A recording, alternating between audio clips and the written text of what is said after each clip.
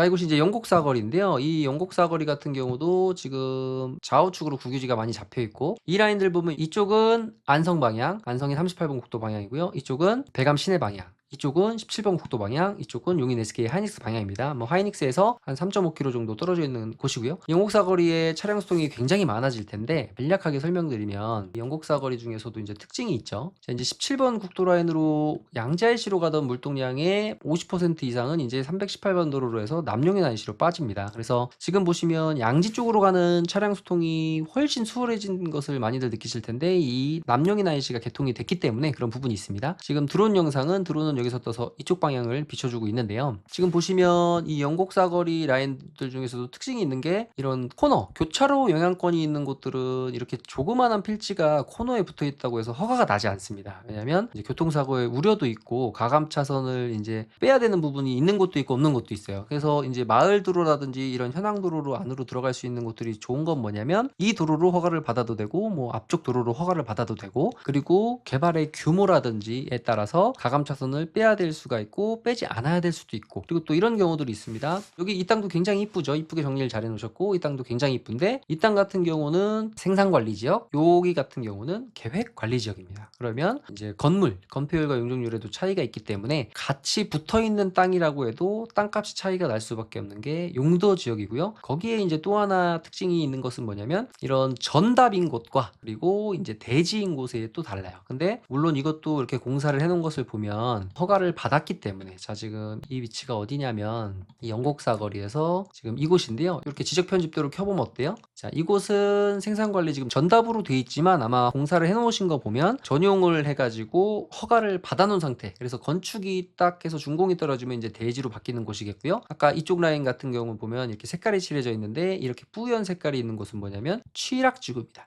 취락지구는 뭐냐면 건폐율이 60%이기 때문에, 취락지구 같은 경우 이런 영곡 사거리나 이런 일대들 같으면 물론 제대로 된 철콘으로 해서 1층은 상가, 2, 3, 4층은 방으로 빼도 굉장히 좋지만, 나는 일단 단층으로 졌다가 나중에 수익을 보고 제대로 된 건물을 질 거야, 나는 한 2층 정도면 돼 하시는 분들 같은 경우는 1층 바닥 면적의 수익률이 가장 임대료가 세기 때문에 단층이나 2층으로 건축을 했을 때 가장 또 효율적인 땅이 이런 계획관리 취락지구 대지다라는 말씀을 또 드립니다.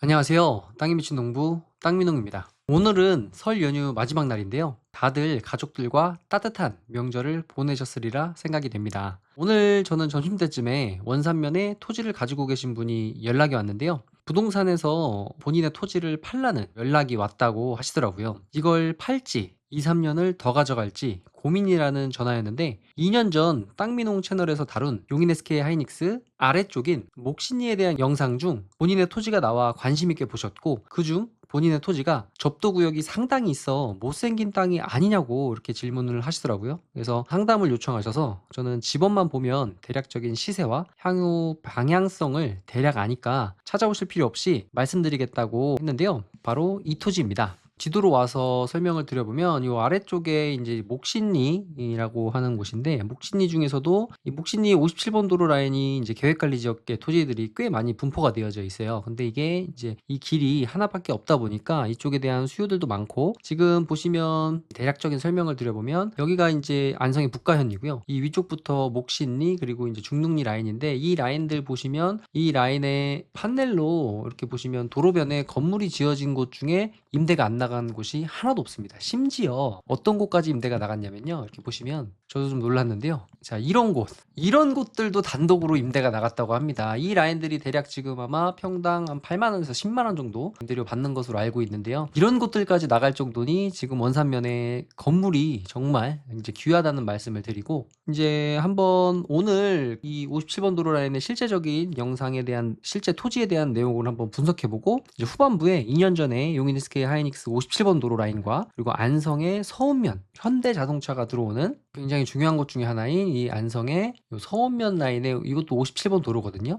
이 도로 라인으로 해서 제가 접도구역에 대한 얘기를, 영상을 만든 것이 있으니까요. 이 접도구역도 어설프게 알면 뭐 그냥 막 다 겁이 나요. 근데 도로변 주변에 땅을 사라고 해서 도로변을 봤더니 도로변 라인에 이런 시골 외곽 지역인 관리 지역에는 다 접도구역이 형성되어 있는 곳이 굉장히 많거든요. 자, 그래서 제가 항상 말씀드리는 초보나 중수 이하는 도로변에 붙어 있는 땅은 그 당시에 좀 비싸게 사더라도 시간 지나면 다 올라간다라는 말씀을 많이 드렸고, 그게 왜 그런지, 그리고 접도구역을 굳이 이렇게 겁낼 필요가 없는 게 접도구역이라는 걸 제가 오늘 한번 설명드려 보도록 할게요. 그 연락 오신 분의 토지는 SK 하이닉스와 굉장히 가까운 지역입니다. 이 라인에 보면 이제 목신리에 이 토지를 가지고 계신 분이었어요. 근데 제가 영상을 만들었을 때 이곳에 건축을 한 업자분이 굉장히 잘했다고 한 게, 보시면 지금 대략적으로 이 토지, 이 라인이 지금 국유지입니다. 그래서 보면 이 토지를 개발 허가를 받으면서 국유지를 점용허가 받았겠죠. 그러면서 이 국유지를 전부 다 포장을 해서 지금 임대를 주셨는지 직접 쓰시는지 모르겠지만 이렇게 앞쪽 라인과 이 국유지까지 점용허가를 받아서 아스팔트를 포장함으로 인해서 주차 공간이 확실히 넓어졌습니다. 그래서 이분들한테 참 건축을 잘했고 앞에 라인을 효과적으로 쓴다라고 말씀드렸는데, 지금 보시면은 이분 같은 경우 이 접도구역이 어디까지 형성이 되어 있냐면, 대략적으로 이건 토지 이음 들어가면 나오거든요. 접도구역이 이렇게 형성이 되어 있어요. 접도구역이라는 건 뭐냐면 이제 건축 제한선이라고 보시면 됩니다. 막 접도구역이 어마어마하게 무섭고 이런 게 아니에요. 그러니까 건축 제한선이기 때문에 이 토지 같은 경우 이렇게 두 필지가 이분 소유였는데, 접도구역이 이렇게 있다면 이 뒤쪽 라인에 건축하면 됩니다. 이 앞쪽에만 건축을 못하는 거기 때문에 접도구역이라는 게 어떤 큰 제약이 있는 그런 것은 아니기 때문에 충분히 점용허가 받아서 내가 이 앞쪽으로만 건축 행위를 하지 않고 뒤쪽에 건물을 지으면 돼요. 이제 이분 같은 경우는 제 영상을 2년 전에 보고 접도구역이 있으면 여기 건물을 못 지니까 이 땅은 쓸모없는 땅이 아니냐라고 하시는데, 그렇지 않습니다. 왜 그러냐면 접도구역이 형성되어 있다고 건폐율과 용적률이 줄어드는 건 아니기 때문에 이곳은 건축을 하지 못하기 때문에 이분이 건축을 제가 잘했다고 하는 거예요. 왜냐면 이 토지는 얇기 때문에 여기다가는 건축을 못하는 게 맞아요. 왜? 접도구역 라인이 있으니까. 하지만 여기에 전체 면적이 100평이라면 건폐율 40%를 여기다가는 지을 수 있기 때문에 이 짜투리 땅들에 대한 건폐율과 용적률을 이쪽에다 지으면 되기 때문이죠. 이제 단 이분이 왜 못생겼냐고 했냐면, 제가 봤을 땐 굉장히 잘생긴 땅이거든요. 단 이런 땅들은 접도구역이 형성되기 때문에 이렇게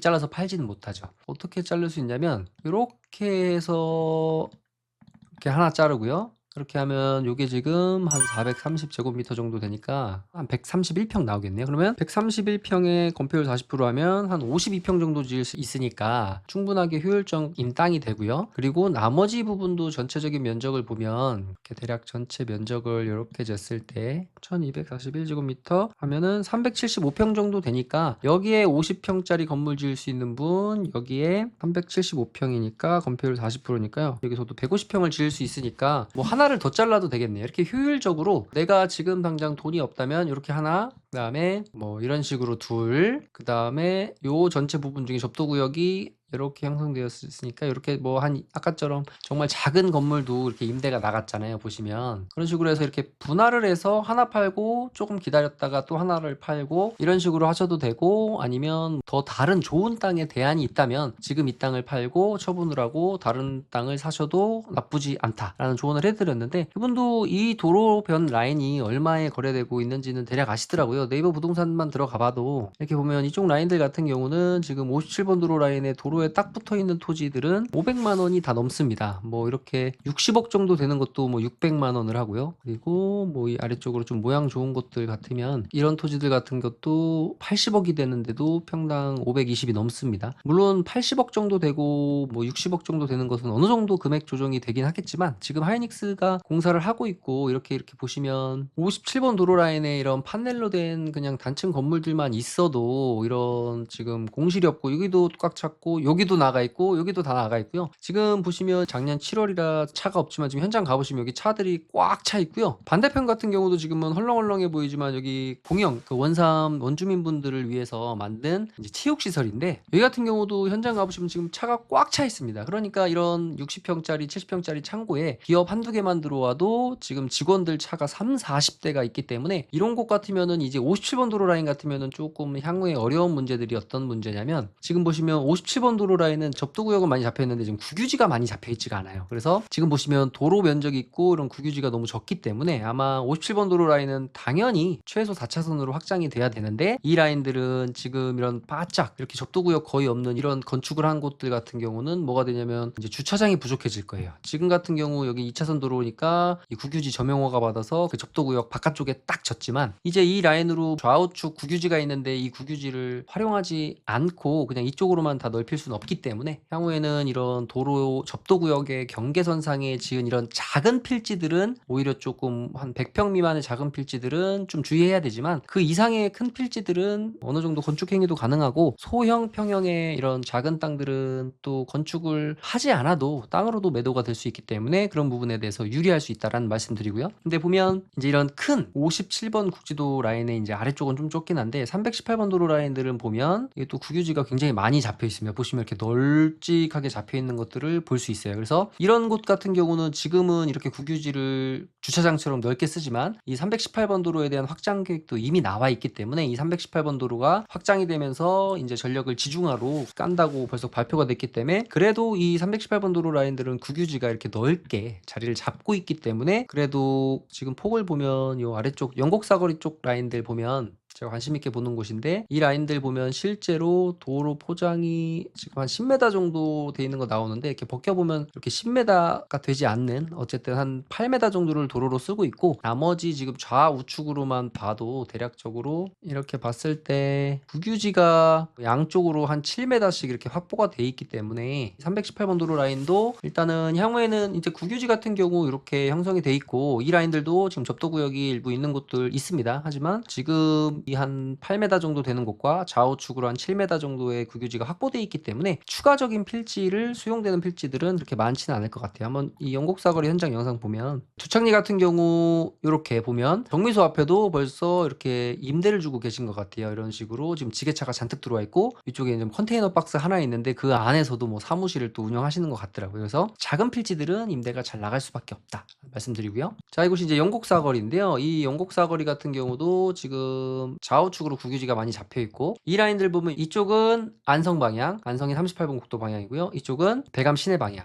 이쪽은 17번 국도 방향, 이쪽은 용인 SK 하이닉스 방향입니다. 뭐 하이닉스에서 한 3.5km 정도 떨어져 있는 곳이고요. 영곡사거리에 차량 수통이 굉장히 많아질 텐데 간략하게 설명드리면, 영곡사거리 중에서도 이제 특징이 있죠. 자, 이제 17번 국도 라인으로 양재IC로 가던 물동량의 50% 이상은 이제 318번 도로로 해서 남용인 IC로 빠집니다. 그래서 지금 보시면 양지 쪽으로 가는 차량 수통이 훨씬 수월해진 것을 많이들 느끼실 텐데, 이 남용인 IC가 개통이 됐기 때문에 그런 부분이 있습니다. 지금 드론 영상은 드론은 여기서 떠서 이쪽 방향을 비춰주고 있는데요. 지금 보시면 이 영곡사거리 라인들 중에서도 특징이 있는 게, 이런 코너, 교차로 영향권이 있는 곳들은 이렇게 조그만한 필지가 코너에 붙어 있다고 해서 허가가 나지 않습니다. 왜냐하면 이제 교통사고의 우려도 있고 가감 차선을 이제 빼야 되는 부분이 있는 곳도 있고 없는 곳도 있어요. 그래서 이제 마을 도로라든지 이런 현황 도로로 안으로 들어갈 수 있는 곳들이 좋은 건 뭐냐면, 이 도로로 허가를 받아도 되고 뭐 앞쪽 도로로 허가를 받아도 되고, 그리고 개발의 규모라든지에 따라서 가감 차선을 빼야 될 수가 있고 빼지 않아야 될 수도 있고, 그리고 또 이런 경우들이 있습니다. 여기 이 땅도 굉장히 이쁘죠. 이쁘게 정리를 잘 해놓으셨고, 이 땅도 굉장히 이쁜데 이 땅 같은 경우는 생산관리지역, 여기 같은 경우는 계획관리지역입니다. 그러면 이제 건물, 건폐율과 용적률에도 차이가 있기 때문에 같이 붙어있는 땅이라고 해도 땅값이 차이가 날 수밖에 없는 게 용도지역이고요. 거기에 이제 또 하나 특징이 있는 것은 뭐냐면, 이런 전답인 곳과 그리고 이제 대지인 곳에 또 달라요. 근데 물론 이것도 이렇게 공사를 해놓은 것을 보면 허가를 받았기 때문에, 자 지금 이 위치가 어디냐면 이 영곡사거리에서 지금 이곳인데요. 이렇게 지적 편집도를 켜보면 어때요?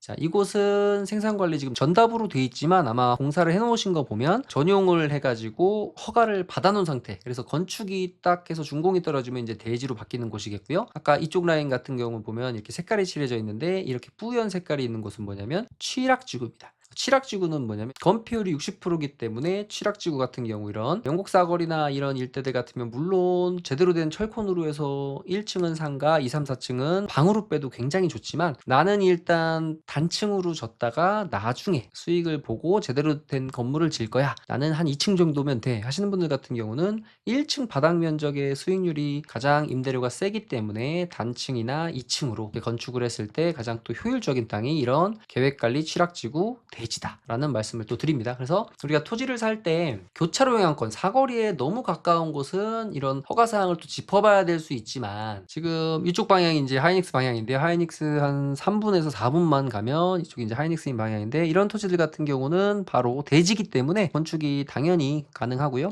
그리고 가감속 차선을 뺄 때 여기 이렇게 보시면 지금 아직 국유지가 많기 때문에 가감속 차선을 이렇게 빼도 되고, 규모가 적으면 이제 규모가 있습니다. 이제 근생을 할 때의 규모와 단독 주택을 지을 때 이제 가구 수에 따라서 가감 차선을 빼도 되고, 아니면 그냥 이렇게 들어와서 나갈 수 있는 곳으로 빼도 되는 그런 사항들이 있는데, 규모가 크지 않다면 이렇게 해도 되고, 이제 가감 차선도 이렇게 국유지로, 물론 나중에 뭐 도로가 확장되는 거야 뭐 국유지 나라 땅을 공짜로 쓰다가 향후에 이제 도로 포장이 돼서 4차선이 되면 또 좋은 부분이 있는 부분도 있기 때문에 그런 것들은 차후에 생각할 부분이고요. 그리고 이미 대지이기 때문에 이런 토지 같은 경우는 바로 건축행위가 가능합니다. 그리고 이런 데도 보면 앞에 국유지가 굉장히 넓게 자리 잡고 있기 때문에 이 토지 같은 경우도 이제 가감차선 자연스럽게 이쪽으로 들어와서 나갈 수 있게 허가를 받아 놓으신 것 같아요. 그래서 이 영곡사거리 일대도 보시면 이 오른쪽도 지금 SK 관련된 일을 하는 업체에서 통으로 가져갔다는 이야기를 들었습니다. 그래서 이쪽 라인 같은 경우도 이렇게 2층으로 줘도 되지만, 어차피 이곳은 향후에 하이닉스 가까운 곳은 지금 건축행위가 가능한 땅들이 많지 않기 때문에, 그리고 이런 토지 같은 경우 이제 위쪽으로 이렇게 들어가는 라인들도 어떤 동의서를 이렇게 받아야 되는 부분들이 있기 때문에, 왜냐면 이제 여기가 도로가 확장이 돼야 이제 뒤쪽도 개발이 될 수 있잖아요. 그래서 굉장히 효율적인 토지, 그리고 하이닉스로 올라가는데 이런 라인들도 토지 굉장히 좋고, 지금 보시면 이렇게 올라가는 라인 보면 여기는 터널이라기보다는 이거는 생태 통로입니다. 생태 통로와 터널은 또 굉장히 큰 차이가 있는데, 이건 향후에 다시 제가 영상을 만들어 보기로 하고요. 이렇게 언덕을 넘어가면 바로 SK 하이닉스. 영상 촬영한 날 날씨가 좀 좋지 않아서 뿌옇게 보이지만 하이닉스에서 한 4분 정도 거리밖에 되지 않기 때문에, 그리고 요 라인이 지금 평당 11만 원의 임대료를 받는 라인들이기 때문에, 이제 이런 곳이 12만 원, 13만 원 올라가면 언덕 너머에 지은 이런 근생이나 건물들도 계속 임대료는 올라갈 수밖에 없다라는 말씀드리면서 오늘 영상을 여기서 마치도록 하겠습니다. 저는 땅에 미친 농부 땅민홍이었습니다. 감사합니다.